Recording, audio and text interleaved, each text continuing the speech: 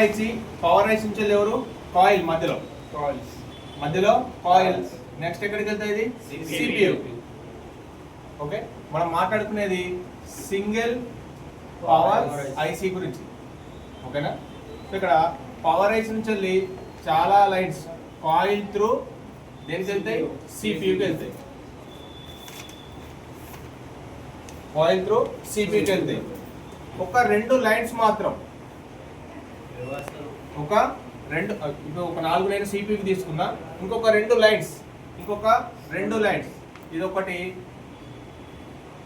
దీన్ని ఏం చేస్తున్నా రిటర్న్ మళ్ళీ పవర్ ఐసీలోకి వస్తుంది దీన్ని హయ్యర్ ఎల్డిఓ అనుకుందాం ఏంటి హయ్యర్ ఎల్డిఓ మరి ఇంకొకటి ఉంది కదా ఇంకొకటి ఏం కావాలి లోయర్ ఎల్డిఓ ఇంకొక కాయిల్ తీసుకున్నా ఇది కూడా రిటర్న్ మళ్ళీ పవర్ ఐసీలోకి ఇచ్చారు సో ఇక్కడ టోటల్ ఎన్ని ఉన్నాయి 6 కాయిల్స్ ఉన్నాయి 6 కాయిల్స్ లో 4 కాయిల్స్ వచ్చేసి డైరెక్ట్ సిపియుకి ఒక రెండు కాయిల్స్ మాత్రం రిటర్న్ మళ్ళీ పవర్ ఐసీకి వస్తుంది ఒకటేమో హైయర్ ఎల్డిఓని యాక్టివేట్ చేయడానికి ఇంకోటేమో లోయర్ ఎల్డిఓని యాక్టివేట్ చేయడానికి మరి ఇక్కడ డెడ్ మొబైల్లో మీరు ఇక్కడ చెక్ చేసినప్పుడు ముందుగా ఏం చెక్ చేయమని చెప్పిన వోల్టేజెస్ చెక్ చేయాలి వోల్టేజెస్ చెక్ చేస్తే ఈ కాయిల్స్ అన్నిటిపైన minimum 0.6 to 1.1 voltage all CPU lines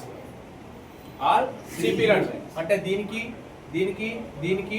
ఎంత 0.6 to 1.1 మరి ఇక్కడ హైయర్ ఎల్డిఓ ఉంది ఇక్కడ ఎంత వోల్టేజ్ రావాలి కాయిల్ పైన డైరెక్ట్ 2.8 లేదు అంటే కాయిల్ పైన 2 వోల్టేజ్ వస్తుంది ఇది ఎప్పుడైతే మళ్ళీ పవర్ ఐస్ లోకి వెళ్ళిన తర్వాత నాకు 1.3 to 2.8 వరకు కావాల్సిన వోల్టేజ్ అన్ని కూడా దీని ద్వారా 2.8 అంటే మీరు ఒక 2.3 వరకు తీసుకోండి దీనికి కావాల్సిన వోల్టేజ్ అన్ని దేని ద్వారా వస్తాయి ఈ హైయర్ ఎల్డిఓస్ ద్వారా ఇదే బక్ లైన్ రివర్స్ పవర్ ఐసీలోకి వెళ్ళి నాకు కావాల్సిన 1.3 to 2.3 వోల్టేజెస్ ని జనరేట్ చేస్తుంది అలాగే ఇక్కడ ఉంది కదా లోయర్ ఎల్డిఓ ఇది రిటర్న్ వెళ్ళి పవర్ ఐసీలోకి వెళ్ళి పవర్ ఐసీ మళ్ళీ దీంట్లో ఉన్న ఎల్డిఓస్ ని యాక్టివేట్ చేయాలి కదా అంటే 0.6 to 1.3 వరకు కావాల్సిన వోల్టేజ్లు ఇలా జనరేట్ చేస్తుంది సో మనం ఇవాళ డెడ్ సెక్షన్లో మనం ఇదివరకు నేర్చుకునేది వోల్టేజ్ చెక్ చేసినాం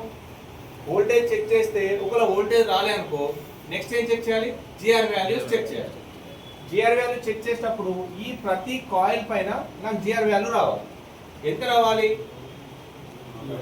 ప్రతి లైన్ పైన మినిమం ఎంత 0.06 to 700 0.06 to 700 అంటే ఈ కాయిల్స్ పైన మినిమం 6 నుంచి 700 మధ్యలో రావాలి టూ సైడ్ సేమ్ జిఆర్ రావాలి సేమ్ జిఆర్ వస్తే ట్రాక్ బాగుంది ఒకవేళ వన్ సైడ్ వాల్యూ డిఫరెంట్ గా వచ్చింది ఇంకొక సైడ్ డిఫరెంట్ గా వచ్చింది అప్పుడేంటి కాయిల్ ఓపెన్ లైన్ కాదు కాయిల్ ఓపెన్ కాయిల్ పైన టూ సైడ్ డిఫరెంట్ వాల్యూ వచ్చిందంటే ఇది ఓపెన్ అయినట్టు మరి అక్కడ దీన్నే కదా మార్చాల్సింది అవునా కాయిల్ పైన డిఫరెంట్ వాల్యూ వస్తే దీన్ని మార్చుకోవాలి ఇప్పుడు మన పాయింట్ ఏంటి అంటే కాయిల్ పైన టూ సైడ్ జీరోస్ వచ్చింది కాయిల్ పైన ఏమైంది two side open line two side zero values వచ్చింది అప్పుడు ఏమైంది ఎవరు షార్ట్ అయినట్టు ఏదైతే నువ్వు చెక్ చేస్తున్నావో ఆ ట్రాక్ అనేది షార్ట్ అయింది కేర్ఫుల్ గా ఇప్పుడు నాకు దీనిపైన ఇటు సైడ్ జీరోస్ వచ్చినాయి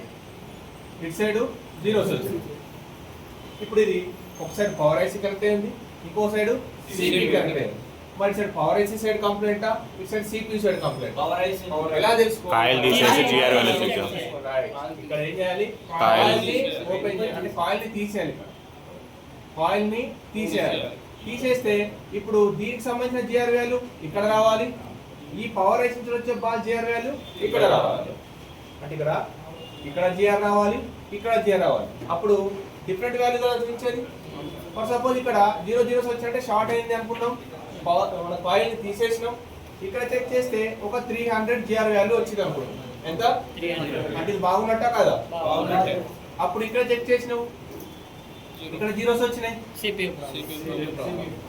సిపియు అయి ఉండొచ్చు ఆ ట్రాక్ లో ఉండే కాంపోనెంట్స్ అయి ఉండొచ్చు ఏదైనా ఉండొచ్చు కానీ ఇక్కడ మనకి ఏమైంది ప్రాబ్లం అనేది డివైడ్ అయిపోయింది అంటే పవర్ ఐసీ సైడ్ కంప్లైంటా సిపియు సైడ్ కంప్లైంటా జస్ట్ ఇలాగా కాయిల్ తీస్తే తెలిసిపోయింది ఇప్పుడు ఇటు సైడ్ తెలియాలంటే అంటే ఇప్పుడు ఇక్కడ జీరోస్ వచ్చినాయి కదా, అప్పుడు సిపి సైడ్ కంప్లీట్ అని తెలిసింది.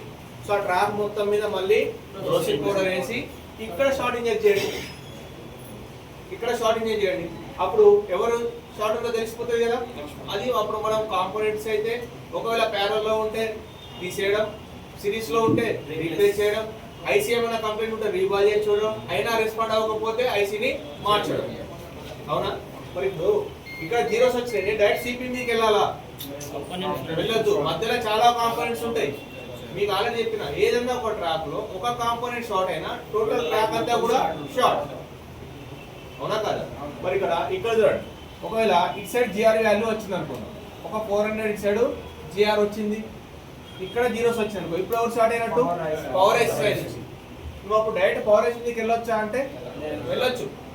ఎందుకు? అక్కడ నెక్స్ట్ పవర్ ఐసీ వచ్చే ఫస్ట్ పాయింట్ దీనికి కరెక్టే ఉంటుంది.